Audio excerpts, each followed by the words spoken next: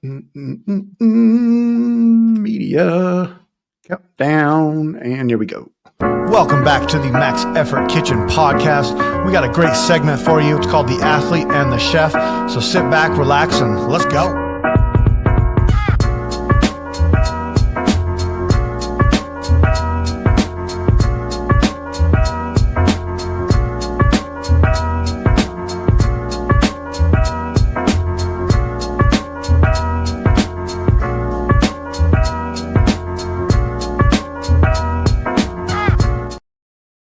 All right. Welcome back to the Max Effort Kitchen podcast.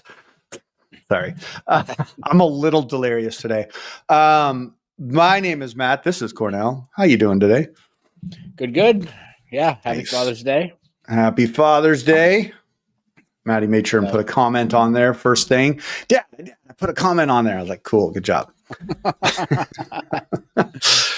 She is one of our avid listeners, by the way. I don't know if you knew that or not. She's one of my favorite listeners. So there you go. I mean, there it is. There it is.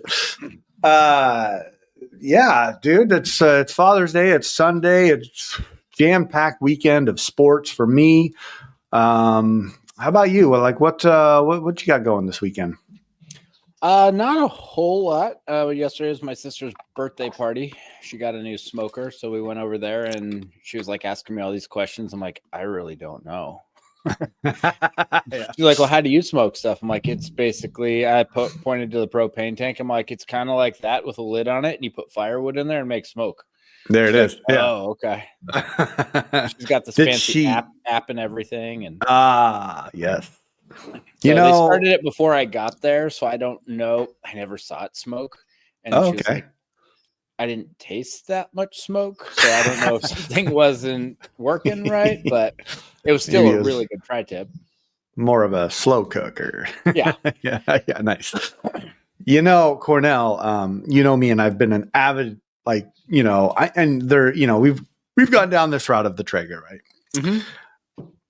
I almost broke down and bought myself a pellet smoker. I didn't do it. And I'm not saying I won't do it.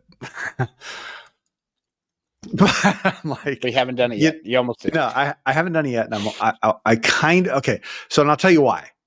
Because, and this is what turned me a couple years ago when we came down there, we bought that brisket and Josh smoked it. Mhm. And I did appreciate, the ease of just putting it on and walking away. Sure. You know, with the way that, you and I do it, you got to like kind of be around, you got to stoke it. And the artistry of it is fantastic. Mhm. But the older the kids get, the more busier I get, it seems like. So it's like, it would be kind of cool to be able to like buy a giant piece of meat and just put it in there in the morning, walk away, 10 hours later, come back and it's ready. I do appreciate that aspect of the pellet smokers. It's like the set it and forget it type thing. I don't know. I'm still on the fence about it. I wouldn't be surprised within the year I buy one. I'm with you. I don't have one, but I Yeah. do plan on getting one once I move. Mhm. So, like, I would love to get one. There was a bunch of sales going on this week for Father's Day, and I was like, I'm not moving this thing. So, Yeah. Can you ship it to an address that I don't know where are they? Have they broke ground yet with your house? the driveway. That's Okay, well about there it. we go. We're still waiting for that lucky buyer to buy this house. So Yeah, totally. Once that happens, then I'll have lots of money to get it going. So Heck yeah, dude. That's exciting. I know you had a couple showings, so that's great news. Like I was saying, my weekend was filled with sports, and so coaching on Friday. And, we had the opportunity to go and bring home a championship, and we didn't, and that's okay. But there was a moment in this game. It was probably like 4 minutes left, and we were up by 2 points. And there was a pretty iffy call by the refs, and it was against us. We broke free, ran a touchdown. The ref called the kid, said the kid stepped out of bounds, And, the parents on their side were all up in a roar. He stepped out of bed, blah, blah, blah. Anyways, the refs brought it back. So then our parents get involved. Next thing you know, like the parents are screaming at each other from each sideline. I get into the huddle with the kids and I'm like, and their eyes are wide because some of these parents, they're big. There were some big men out there. Let's just put it that way. And they were boisterous and yelling at each other. And some of the kids out there were like, they were really wide eyed, like, well, why are the parents yelling at each other? And I looked at them and I was like, just ignore it. Let's all take a deep breath and get back at it. But like, dude, I mean, it lasted for the whole 4 minutes. And then after the game, and we lost and whatever, and we had our little pep talk afterwards, and there were some emotions by the kids, which I love seeing because that just tells me that they're playing with their heart, and this is how it goes. And I was talking to Jack, and he's just like, man, why was Soren was the main guy? Why was he getting so mad? Why was he yelling? And I was like, dude, I go, you have the fortunate having me on the field. And so like, feel like I have more control, but these parents probably don't feel like they have any control. And this is the way they do it. So I go, you just got to tune that out. It's going to get worse as you get older. And, you just got to learn to tune that out. But I find it funny that 4th grade flag football, the parents are that into it. Like there could have been a fight maybe, but it didn't, they were far enough apart that it didn't actually happen. So just funny stuff, man. I've never been the parent to sit there and yell and get mad. Like, I don't know, your kids played little sports, if any, right? I mean, it's more in the theater arts and stuff like that, right? I mean, my daughter was halfway decent at volleyball. And they've all played something. Their school in junior high rotated every quarter. They played a different sport and they had games, but it was all like school against school, and it was during the day on Fridays. So there wasn't a lot of parents there, thankfully. But yeah, it's just not my thing, and I'm never going to be that parent.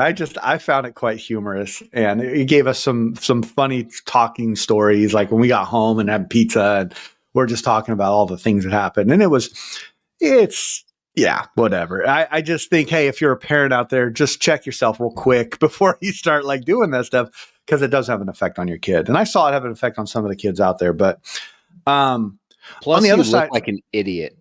Yeah, you do. You really do. And how many times have we been like, floating through Instagram and we see the parent yelling, getting kicked out of a game? Like, that's a thing. Yeah. And at the end of the day, it doesn't matter realistically if the kids win or lose. There's not money on the line. There's not colleges on the line. There's not recruiters. No, exactly. This is a glorified game of Monopoly. Yeah. Yeah. But I have seen people get pretty fired up with that too. Yeah, and I've seen it at Little League games and stuff like that. Like it always makes me laugh because I'm just like, you're right. No money. There's no real consequence, And in my opinion, and still to this day, I get questioned why I might like this, but I'm pretty okay with them losing. Yeah. Learn how to lose at a young age. Yeah, losing is good. Losing teaches you. It doesn't only teach you how to lose and how to be maybe these parents didn't lose enough, but it teaches them how to be a grown up and how to be an adult and mature. Yeah. Plus, it gives you something to get fired up to work harder at. Work harder and do better. Dude, that's exactly what I told Jack. I go, this is going to harden you because remember this feeling. Next year, you're going to try a little harder. You're going to run through the whistle. You're going to, dive for that flight. You're going to do a little 10% more than you did last season. And it's because you don't want to feel that feeling. And he totally got it. And by the end of the car ride, he was, we were good. And overall, I know you've coached. I got to say, I think if I'm being a little bit selfish, I think the most gratifying part of coaching is at the end of the season like that, when you have like kids walk up to you and just say thank you. And I'm like, That's a really good feeling. And that's going to kind of lead into yesterday at the meet. Like after that meet, dude, I looked at Joe and I just like shook his hand and I said, man, I go, thank you. Like this experience was unexpected. But like the way that you have now coached me twice at a meet, I just appreciate your level-headedness. I appreciate the way that you approach the board. I appreciate the way that you talk to me. And he goes, Matt, he's like, you're a good athlete. He's like, you listen like a soldier. And I go, that's just the kitchen in me, dude. Like, because when he says something, I say heard. And that's what I know in the kitchen. And, but yeah. There's this like there's a very good mutual respect between him and I respect everything he's saying. And when he tells me to do something, I trust him. And I may question his program all day. That doesn't mean I don't trust him. I said, thank you. This obviously what you're doing is working. And, it was just a really good moment. Joe's not a hugger and he gave me a hug. And I felt like I was like, like gulped him. He's a little guy. I didn't realize how old he was too. 54. Wow. He moves pretty well for 54 still. That's what I said. And because he said to me, he goes, I said something about the weight classes. I was like, it's kind of a joke. I'll never have to cut. And he goes, bet. What? I go, I don't know how to reply to that, Joe. And he goes, I'm older than you. You should know what that means. I'm like, shut up, dude. But overall, dude, yesterday was a great meet. Holy Strength put it on. They had a handful of their CrossFitters in there, which I liked. It was kind of Joe kept on getting irritated because they were taking the 1 kilo increase. There was no like jumping around. And so there was like 4 of them and they were all at the very front. Yep. And they would just take the 1 kilo increase. That was it. It was basically like the same lift 3 times in a row. Yeah, pretty much. And he came back at one point. He's like, God damn it. They're taking those 1 kilo increases. And I'm like, that's all good, Joe. I mean, I've never lifted at a meet, and I know this is very specific to you, but I've never lifted a meet where I was the second to bottom lifter. That was cool. Okay. Nice. I know, and I got to feel that. And I'm going to ask you this because I don't know. And I said it in a text.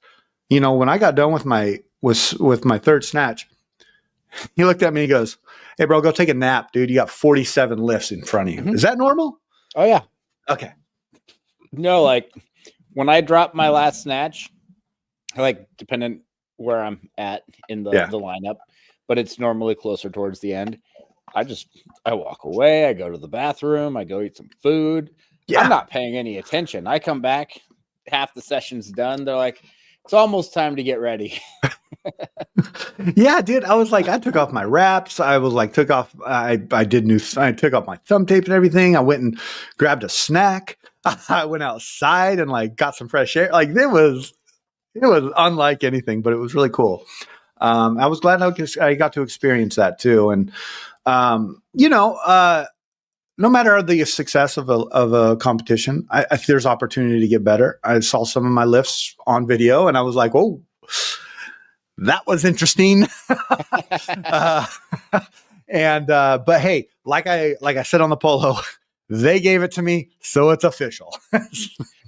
I thought your lifts were better than my last clean and jerk at Pan Am. So, oh yeah, okay, yeah, I'll take that. I didn't see anything I wouldn't have given you.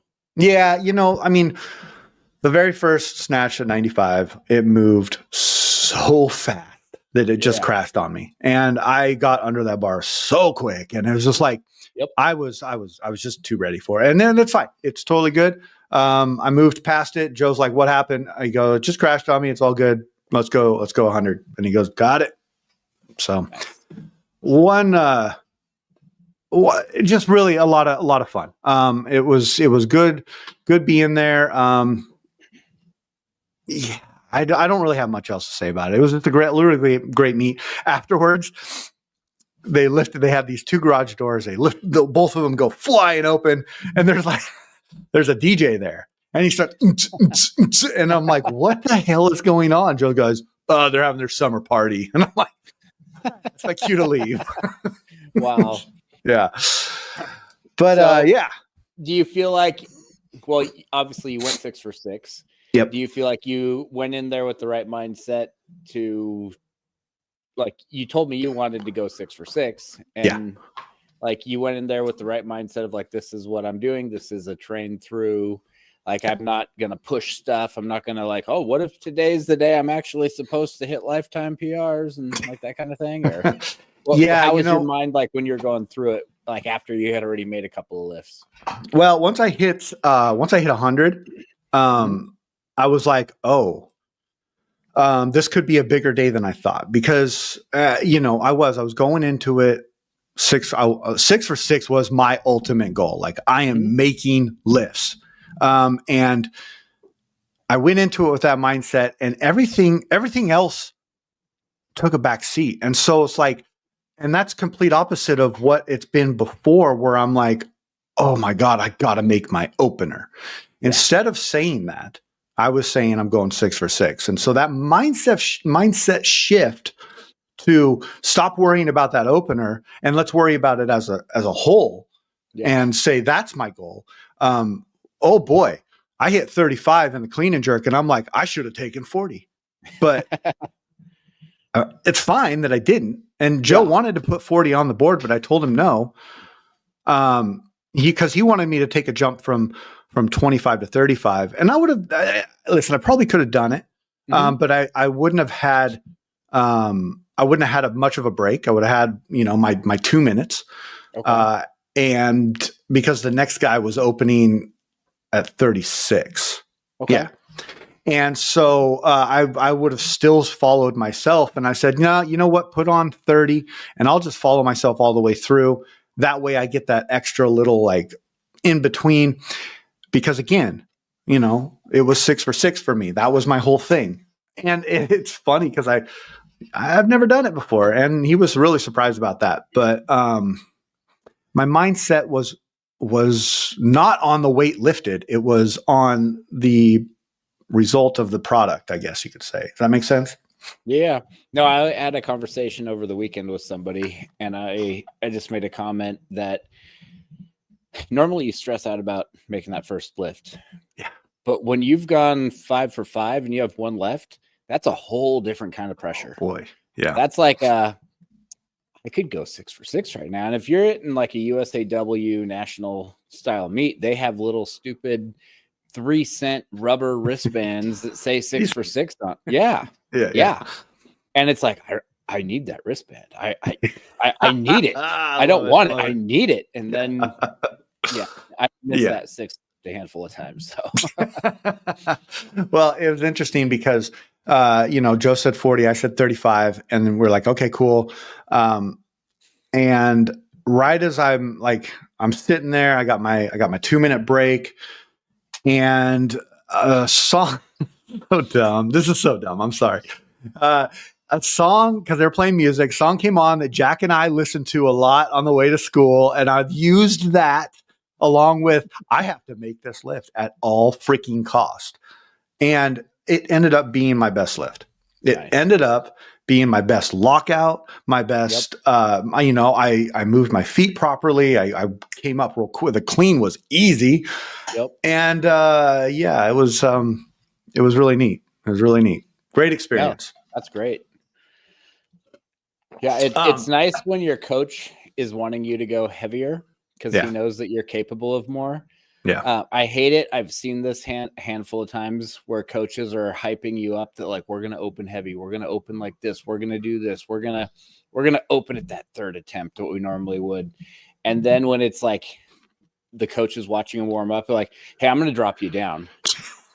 And I saw that happen once. And I'm like, are you freaking serious? You just kicked your lifter in the nuts. You just lost they just lost all confidence in themselves when you've been hyping them up that they're going to open heavy and they're going to do all this. And they're like, yeah, let's drop it down like 20 kilos and open there, because I think that'll be where you're going to be good at. And I've seen just people, their mindset just break down. And they're like, okay, I guess I'm not the superstar that I thought I was. I had that happen to me twice, and my first 2 competitions at that. Oh. Yeah. So how'd that feel? How'd that make you feel? I was questioning like no other. I was like, I mean, not in the moment, but afterwards, I was like, why? Why was that happening? And I remember asking, not the coach, but somebody else, because coach didn't want to talk to me about it. And I was like, why did that happen? And he goes, I don't know. He just came over and told me we need to do this. And I was like, okay. Not much like, confidence in me. Yeah, that's why you need to have a coach that's got realistic expectations and gives you the realistic expectations and knows what you're capable of, and you're capable of it, and not just saying, oh, the adrenaline's going to be going and you're going to be lifting heavier, like those kinds of things. Yeah. So, I really like Joe's the way he approached this one, and I'm going to credit you for this. We might have said it last time, but like he's like, we're going to open here, but be prepared, because we didn't, but we could have taken some big jumps. And he wants to do that. I can see he's like just chomping at the bits, like, let's take a 10-kilo jump here. It's going to happen eventually. But it's so much better to build that confidence and then have your coach look at you and be like, all right, let's do this. And dude, that if that doesn't get you excited, I don't know, you probably shouldn't be doing it. But there's also one thing that came from this that I've been thinking about over the past 24 hours, and you probably you do experience this because you lift where you do within those meets, is like the rest in between. Mm-hmm. Holy crap, man! I really think that played a big part, and especially the older I get, like, dude, even in my warm-ups, it was like 3 minutes, almost 4 minutes. Okay, take your next rep, And it was like I was lifting on fresh legs every time. It was awesome. My heart was beating. A lot of people, they race through it. I think it's good to know how to do both. Like, don't just train one way in a very specific, like, I go every 90 seconds, because then all of a sudden there's a change that happens, or people start missing, and then all of a sudden you have all this time and you're not used to that. So I think it's good to be able to know how to do both and not get just locked into a certain way of doing it. Yeah, I agree. I do really agree with that. And it's like just versatility, right? Getting out there and being open to what's going to happen, because you can't control it. It was kind of funny because at the very beginning of the competition, I mean, we haven't even done announcements yet. And I'm looking over, and there were 8 warm-up platforms. Mm-hmm. And there could have been 4 more if they really needed it. But there were 8. And it's a really nice gym. And I see the let's say the CrossFitters, and they got 70 kilos. They're snacking. Yep. I'm like, what? They're already at their opener. Calm down. I was laying it was a gym, the weightlifting side, and the other side was the CrossFit side, and I'm laying in there like basically sleeping before the meet. Mm-hmm. And there's this guy that's competing, and he was from a different barbell club, and he was like Portland something, but dude, he was doing box jumps. And like, what are you doing, man? And he goes, oh, I just got to get my legs ready. And I was like, cool. Jeez Louise. But no, overall, great event. Family was able to come out. I forgot how easy local events are. Mm-hmm. I mean, I took Jack down to the little, like, centered area. They have like this man-made lake down there. I was like, yeah, dude, let's go fishing.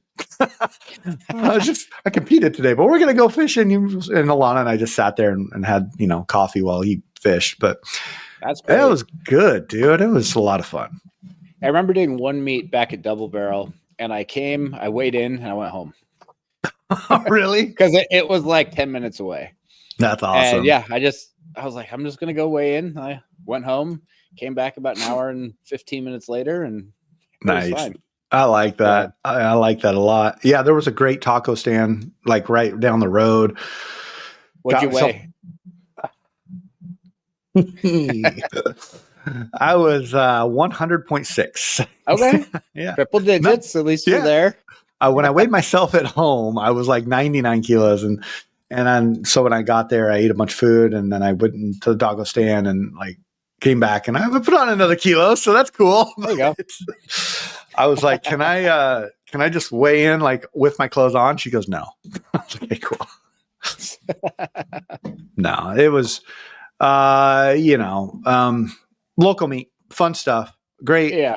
I've got a lot of good support, and that's really cool. I'm not big on posting my stuff a lot on Instagram. I do a lot of other stuff. I like to kind of mix it up with the weightlifting, but got a lot of support with with putting that stuff up there, and that was kind of cool, but a little overwhelming. Made me realize I don't want to be a viral internet star.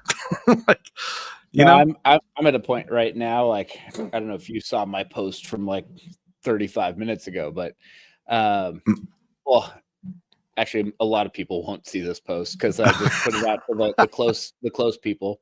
Okay, I'm pretty sure you're on there. You should be on there. Yeah. I just basically said I'm stepping away from Instagram. I don't know how long, but I'm sick of all you. Oh, nice, dude. So I'm just sick of all of the negativity and the stuff that everyone's just doing right now. And I'm like, this is supposed to be what I enjoy, is seeing these people do, like, seeing parts of their lives. And I'm like, you guys are just a bunch of whiny babies, and it's bringing me down. I don't want to be a part of it. I love it, dude. Instead of like making them angry and hurt that I unfollow people, I'm like, I'm just going to step away from this whole thing right now. I don't know how long it'll be gone, but I'm just checking out right now. I'm going to focus on my own stuff, and love everything about that. Like, if you know me, you're gonna still see stuff or hear stuff, because I mean, if you're a closer friend, like I talk with people. I'm not just someone who posts things and never talks to people. So and that's a cool thing. I'm not too worried about it. I talk to you almost every day, and it's a cool thing. I am.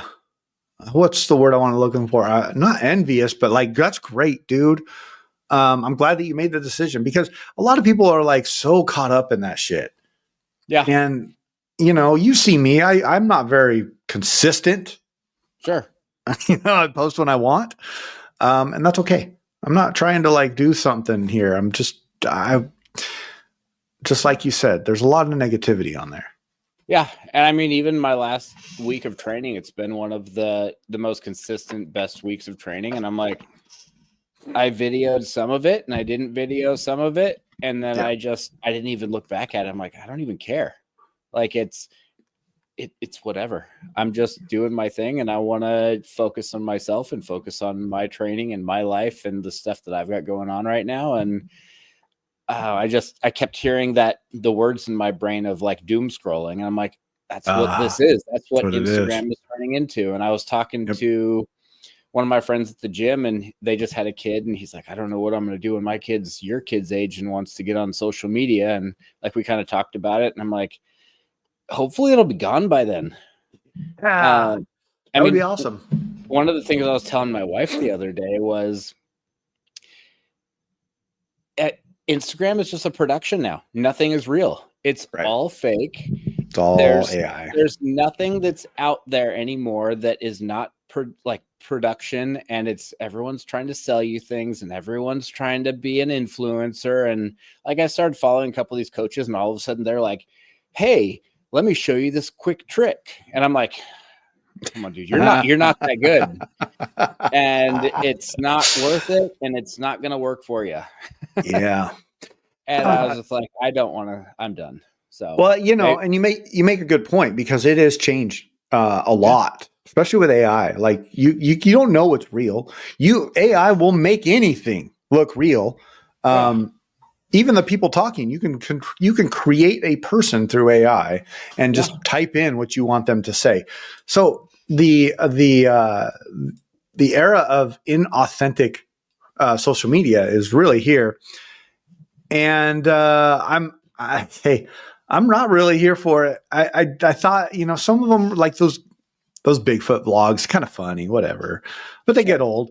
But then I like what you said about the doom scrolling. Like, think how much time gets wasted just doing this, like flipping through. Like there's so many better things you could be doing with your life. And I was at the movies today, and there was a person in front of me who wouldn't get off there. Like every 3 to 5 minutes, would open it up and start scrolling. And I want to be like, "Hey, dickhead!" That's distracting to a lot of us out here. Mm-hmm. Yeah, exactly. And I don't know if you were getting these advertisements, but I kept seeing these advertisements where it's like, make $20,000 a month with your AI shop through Instagram or TikTok. And I'm like, that's not happening. First of all, second of all, what are you trying to sell me? Every 1 to 3 things you scroll through is an ad for something. Yeah. No, I'm so over it. I mean, I think that Instagram should be a paid service. Yeah. You should be able to get it for free and deal with all the stupid ads, or make it $5 a month. Yeah. And then no one can try to, I mean, people like that you're choosing to follow can try to sell you crap, but there's no sponsors. There's no any of this stuff. There's not just this pumping of stuff. Yeah. And I agree, dude. I would love it if they just got rid of I wish that you could turn off the popular page, and just, if that was gone, that would be great. Yeah. But I feel like even the regular page, like you said, every second or third picture or video is an ad, and sometimes it's multiple ads. And then you're like, I don't want you knowing all of this that you're constantly pushing. And it's also real annoying because sometimes I'll have to look something up for work. Yeah. And I'm getting like 20 to 30 ads on tractors right now. I'm like, I don't care about tractors, but I had to look something up for a job. And now you're trying to sell me a tractor. Yeah. And then I'm like, I need a tractor. It's interesting because I was talking about a pizza oven through email, but the email was on my phone and it was in my work stuff. Next thing you know, Instagram is advertising freaking pizza ovens to me. Yeah. And the exact ones that I was talking about. And that to me feels really I guess I'm not doing anything crazy. So it doesn't feel like I'm like, it just feels weird to know that, like, no matter what I do on my phone, that Instagram or TikTok or YouTube, I don't know if YouTube's that bad, but whatever, it's going to know. You know what I mean? That's weird to me. And I remember hearing this a long time ago where they said, if it's free, you are what they are selling. So you are the product. So that's a really good point. They are selling me to somebody else. Someone else is making money on getting onto my feed. And I'm like, that I don't think it's right. And I just want to get away from it. And I'm not saying it'll be forever, but at least for right now, I'm just wanting to step away. Yeah. There's also one other side that I'll touch on that I really, really, really don't like. And in the beginning, I guess all of this social media stuff was to connect with people. And it was always like, well, I can't ever get rid of it because I got my family on there or whatever. And that's how I stay connected. And I totally get that. Whatever. I don't think that's much of a thing anymore. But there are people that I follow that might be of a top echelon of weightlifting.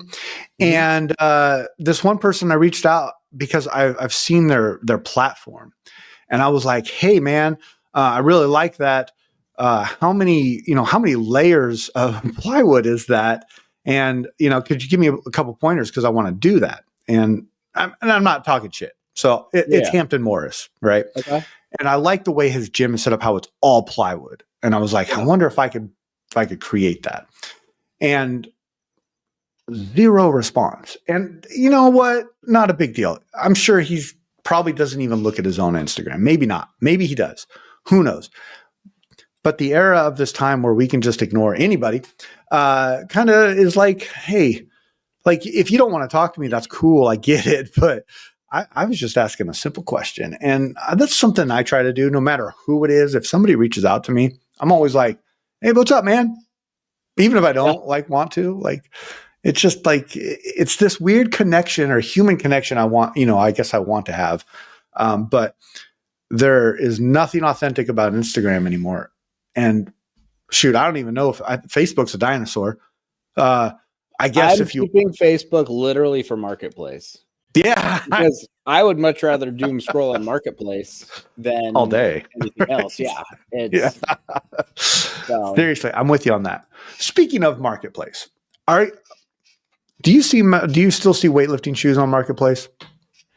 Not nearly as much, but okay. I also, the funny part with Marketplace is you search one thing and then it just keeps pumping that thing up there. And I don't want to buy any more weightlifting shoes right now, but I have noticed that weightlifting shoes are they don't hold their value like they used to anymore at all. Yeah, they sure don't. I'm seeing a ton of shoes for like $50 and they're not moving. So yeah, it's interesting because we were talking about it the other day, and like, I wish there was an area where I could just I want to donate. So like, hey, if anybody's out there and they're listening to this, I got everywhere from a 10 to a 10.5 to an 11. I got probably 10 pairs of shoes. I will donate those to kids that need to that want to do weightlifting. I don't know. I've reached out to some schools. I've reached out to some gyms. They're not interested. So, hey, I guess I'll just keep them in my garage for a little bit. I don't know. Maybe they'll go to Goodwill. Who knows? Yeah, dude. I just the shoes. Shoes are a thing in this sport, aren't they? Mm-hmm. No, I enjoy shoes. Yeah, so do I. And it's also one of those things where you see a pair and you're like, I don't need them, but I don't want to regret not getting them. And that's a good deal. And then you end up. And I will say still, though, I'm still very happy with the Lu Jiajuns. Yeah. I haven't been I want to use the Adidas every once in a while, but it's not like before where it's like, I'm done with these, back to the Adidas. It's more just like, oh, if I forget my shoes, I have an extra pair of Adidas in the trunk, so I'll be good. And instead of making sure that I have my backup Lus in there, because I have 2 pairs of those too. I would say if there was another pair that I wanted, it is going to be the Lus. And that's just because I like the colorways that they have and the stylish shoe it is. It's a little bit clunkier. It's a little bit thicker. I just like that stylish shoe. I'm weird with shoes. Like once I buy a new pair, I want to use them. And then if I go back to the other shoe, I feel like I'm cheating on them. Oh man, I should be wearing my other shoes. I feel bad. Never works out well for me. So I just end up just piling up in this little locker thing that I have, and whatever. Weightlifting shoes, when I first got into the sport, it was a thing. And I wanted to buy all the cool ones. And I did. I found them used. And I have the 08s and all, some of the Addy Powers and Addy Star. Yep. It's just a thing, right? I don't know. But I think now I'm kind of at that point where I know what I do like. Yeah. And I'm not experimenting, and I'm not new colorway came out, got to get I think that had a lot to do with CrossFit too, where you'd have all the different color nanos and Metcons, and then it's you'd have to color coordinate. And I think some of that kind of rolled over from CrossFit into weightlifting. And but then I see some people, I'm like, you still have those? You got those 10 years ago. It's they work. I'm like, good on you. I don't know if they're smart or what it is, but there's the holy frick, I'm blanking. He lifted with Donald last weekend. I'm trying to remember his name. Got really skinny. Anyways, he was wearing a pair of lifters, ASIC lifters, and Joe goes, "What are those, dance shoes?" He goes, "No, they're ASICs, man. Come on."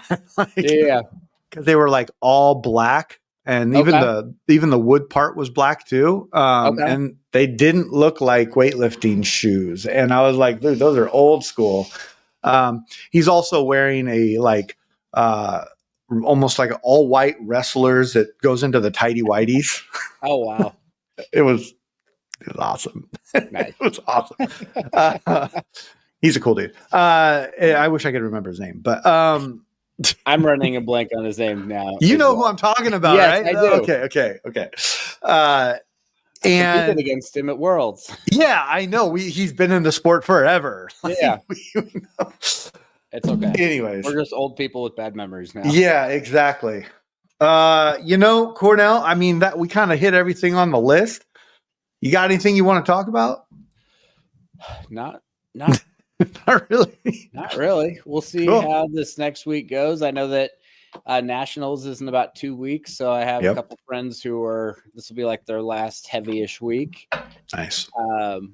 I've started stepping up my strength game again. Started squatting.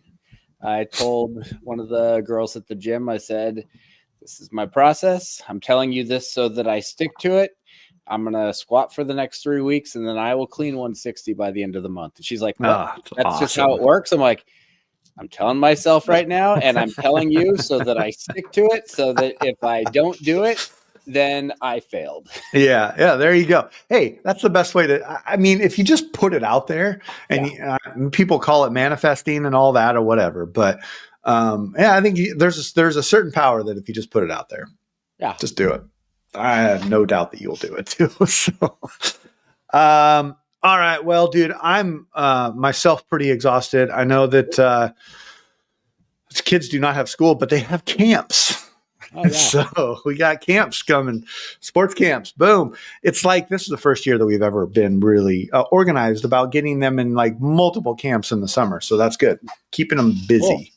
Yeah. So anyways, dude, thanks for coming on the show. Love it. Always love doing this show. Appreciate the support this weekend as well. Everybody else out there. Great job, Damon. Yeah. Oh, he did three different sports in one race. So yes. Great job. Big ups to Damon. Dude did a triathlon. Never has done it before. And I think he's moving on to like a half Ironman, I think. Some bigger something. Bigger something. So yeah, props to Damon for that because he said he got into the water and it was like 42 degrees or something like that. And he goes, even with a wetsuit, it was bone chilling. Yeah. Yeah, I'm sure it was. The river, it's ice runoff.